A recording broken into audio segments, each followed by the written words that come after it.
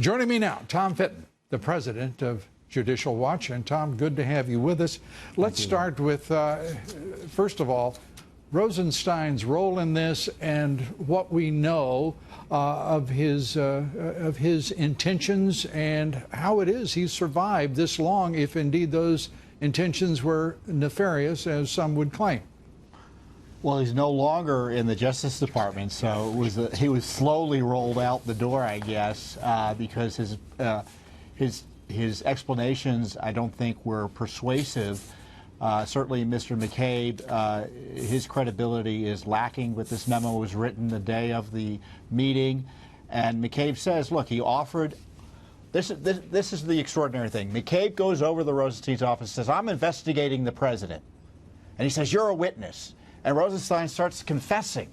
And he says, "Well, I'll wear a wire on the president." And McCabe says, "Well, we'll get back to you. We'll ask our team about it." Now, why would he pursue that if it was a sarcastic remark, or evidently a sarcastic remark?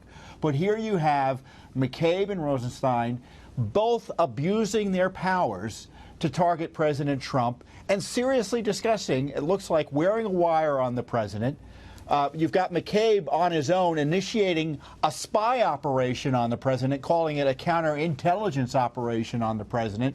All of this is documented in 2 pages. We had to wait over a year for it, for the FBI to finally cough it up. And this is exactly the sort of thing that the media doesn't want you looking at as it plays its Ukraine gambit in the latest iteration of their coup argument against President Trump. This was the coup. The heart of it is here in this document, and now we're talking about phone calls over Ukraine. Unbelievable. It is unbelievable, particularly when you consider that now, in a phased revelation, if you will, following the onset of this manufactured nonsense, but again directed at the President of the United States, to find that the whistleblower, whoever he or she is, did not have firsthand knowledge, was operating purely on hearsay, and furthermore is not a person of the intelligence community, and therefore could not hold whistleblower status. And what difference does that make? The Democrats continue their nonsense, braying in the dark with their usual ignorance and venality.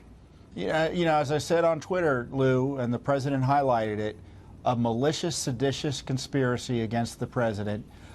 Look, the idea that anyone who hears anything about what the president says to a foreign leader automatically has whistleblower status. You know what? I'm blowing the whistle on Joe Biden.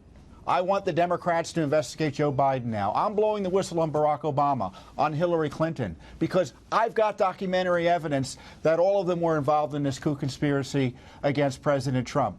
Obviously, they're not going to follow up on that as a matter of law, and nor should anyone else take seriously this obvious attempt to try to derail the president's ability to conduct foreign policy.